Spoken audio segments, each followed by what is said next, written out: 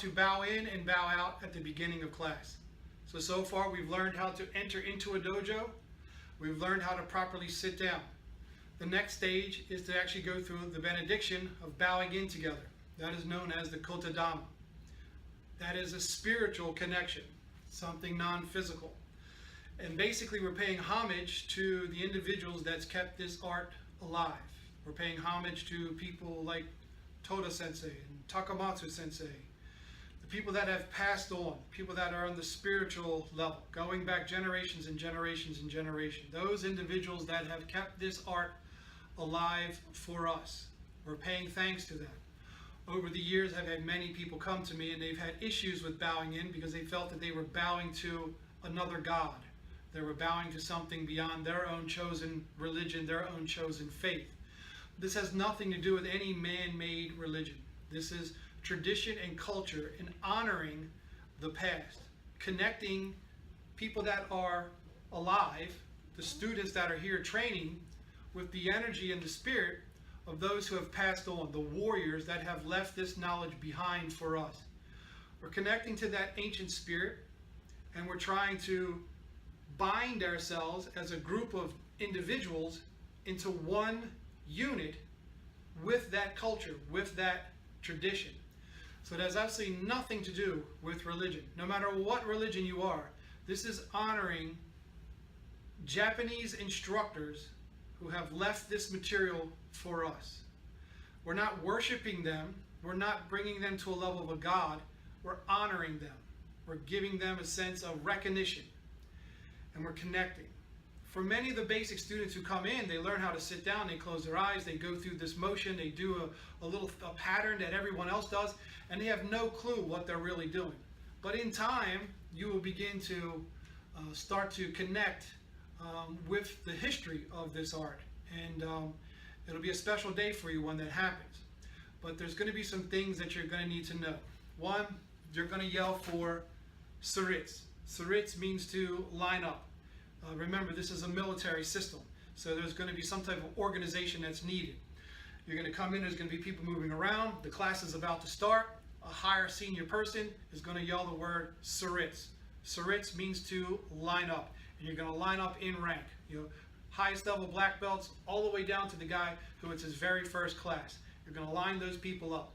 And then you're also going to make sure that your toes are on the same line. So you've got a perfect line. You're going to make sure you put your right hand out. You're going to be about the same distance from the guy next to you. And the guy's going to put his arm out to make sure he's the same distance. In the Marine Corps, it was called dress right dress.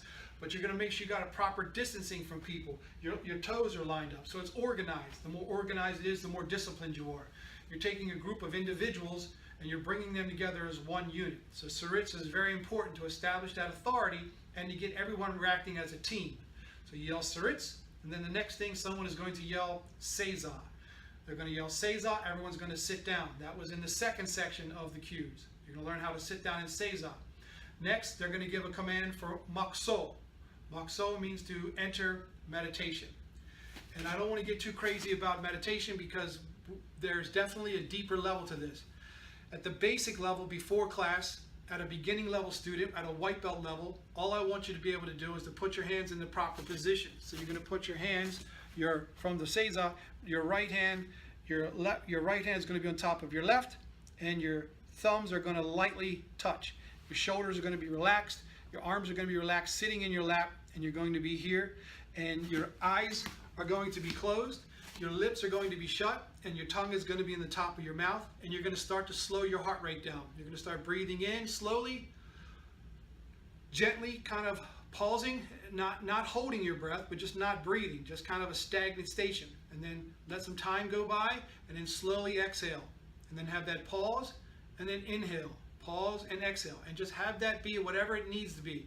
In the very beginning, if you can go with a 5-2-5-2 count, that's great. And then work yourself higher and higher and higher until you get to a certain situation where you don't need to count anymore. And this process happens very naturally. So again, enter the dojo, you're in your uniform, you get yelled for Saritz, you come and line up in rank, the order is given for Seiza, you sit down in Seiza like we said, then the next command is going to be Maku-so. You're going to go into Maku-so, you're going to close your eyes, close your lips, put the tongue on the top of your mouth, and you start to breathe very slowly and calmly. Learn to relax, just get yourself relaxed. What I'm trying to do is have all of these individuals who come from different places, I want to bring them together. I want to get all their work out of their mind. I want to get the stress of driving and traffic out of their mind, what they've got to do when they leave here, what they've got to do tomorrow. I want them to focus on themselves, focus on their training, and focus on the group. And I want them to relax and calm down. That's the number one goal with new students. As you get higher and higher in rank, you're going to do certain things to prepare your mind, your body, and your spirit to absorb and to learn as much as you can at the highest possible level. In the beginning, just learning to relax. So once you're in Maku-so, you learn to breathe, you learn to calm down. You're going to hear the order for Maku-so Yame. And the word Yame means stop. Maku-so Yame! And then you're going to open your hands back into Seiza, into your normal position. Eyes are going to open. You're going to be very alert. The next process is the Kotodama process of bowing in. So we have a specific thing that we do. The hands are brought up together while we're in Seiza. The word Shiken Haramitsu Daikomiyo is spoken. Shiken Haramitsu Daikomiyo. Basically the powerful light of wisdom. Everything we encounter in life holds the potential for a higher consciousness that we all seek. And we have to pay attention to the fine details in life to make us aware of the greatest lessons in life, to make us aware of beauty in life, to make us aware of danger in life. But Shiken is the four hearts. You know, that's a merciful heart, a sincere heart, a heart that's in tune with the natural order of the world, and a heart that's dedicated to a chosen pursuit. And each one of those fours have very deep meanings, but if you can just understand that Shiken means that you have the four hearts. And once you have those four hearts, it's going to give birth to a light. That light is Haramitsu, Shiken Haramitsu. That's a light. That's a light that comes from having those four hearts in unison. That light is going to give guidance and directions into the darkest places of the world. That light is also going to be a beacon that's going to attract other searchers that are seeking the wisdom and knowledge that you have. And then Daikomiyo. Daikomiyo is kind of an eternal energy force. That Daikomiyo comes from the endless history, in some cases thousands of years of knowledge that's been passed down from teacher to student, teacher to student, teacher to student. And along the time that's been passed down, life has continued to be learned. Lessons have been learned from life, from martial arts, from living, from different individuals. And the combination of that has continued on to this very day. And because we're practicing it today, it's giving a little bit of a guarantee that it's going to be into the future. So it's an eternal energy force. So with the four hearts giving birth to a light that guides you, and you have an eternal energy force from the history that is behind us, the knowledge and lessons that we're learning today, and the promise for the future, continuing to keep this art alive, bringing it to a full cycle. So that is the powerful light of wisdom. Shiken Haramitsu Daikomiyo. So the hands are going to be in the prayer position. The highest ranking student, teacher, is going to say to himself a small little prayer, and then Shiken Haramitsu Daikomiyo.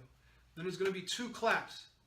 Those two claps are done to banish any type of negativity, to banish any type of evil, any type of negative thoughts, any type of things that's going to weigh the energy down. Negative, pure energy. It's going to banish it. It's going to bring a sense of purity to the area that we're training. And in some ways, those two claps also awaken the spirits of the men and women who have trained in this art, that have passed on, that we're looking for guidance from. We're going to awaken those spirits. So before we awaken them, we need to also banish any type of negative energy that's in the room. So the 2 claps are done, and that's going to banish negativity. It's going to awaken the spirits to look upon us. Once we have this purity and the spirits are looking upon us, we're going to bow.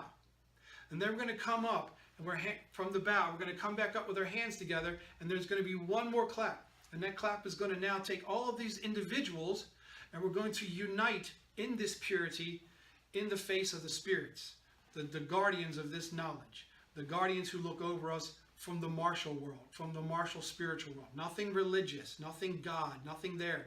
These are martial artists. These are men that have passed this knowledge down, and we're honoring them. So 2 claps, purity, awaken the spirits, and we bow. We come back together, and as multiple individuals, we unite. So it's very important that these claps are at the same time. Now that we have united in this purity, in the face of the spirits, we again bow as one unit, and we come up. So that is the Kotodama. That is done at the beginning of the class. So quickly, Maku-so Yame. You'll see the head instructor raise his hands. Shiken Haramitsu Daikomiyo. Everyone repeats at the exact same time. Shiken Haramitsu Daikomiyo. 2 claps. Banishes negativity, awakens the spirits. We bow in that presence, and we bow in the power of this negativity being gone, in this purity. We come back up, and we unite. And now united, we bow again in the purity. And then we come back up, and we're sitting in Seiza. So the whole thing would look something like this. Srutz! People line up. Seiza.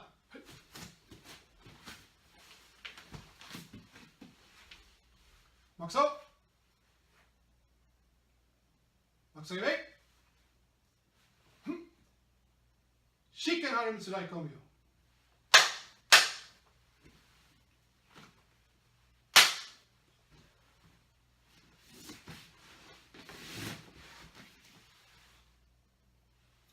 Then, once you turn around, the highest ranking student, the Dai Senpai, is going to give a small little command. And he's going to say something in Japanese that everyone is going to honor. Right? So he's going to say, Shisei o Tadashide, Sensei, Nire. Shisei o Tadashide, Sensei, Nire. If you don't know how to say that, just say, Sensei, Nire. And that basically means, Shisei o Tadashide, Sensei, Nire means to basically sit up, get yourself squared away, present yourself to the teacher. You know, so kind of like you get the command for a ten. This is the same thing. Shisei o Tadashide, Sensei, Nire. And everybody sits up, and then everyone bows to the teacher, and then this time verbalizing, saying, Konnichiwa, Ohayou gozaimasu, Onegai Shimasu. Generally, Onegai Shimasu. If it's a large group, you'll say Onegai Shimasu, which again means to please teach and or respect me. Onegai Shimasu. So that is the Kotodama. It's done in the very beginning of class to unite everyone, and at the very end of the class, it's done to have this unification again, but with all the knowledge that was learned, and hopefully light that was developed, to take that light into the real world. So at the end, we seal that energy that we've absorbed and we've created through our training, and we take that into the real world to bring light into the darkest places of the real world, the ultimate goal of utopia. So that is the whole process of the Kotodama. And hopefully I'll have some students, eventually I'll put a nice video together of all the students demonstrating and showing that Kotodama process. That is how to begin and to end every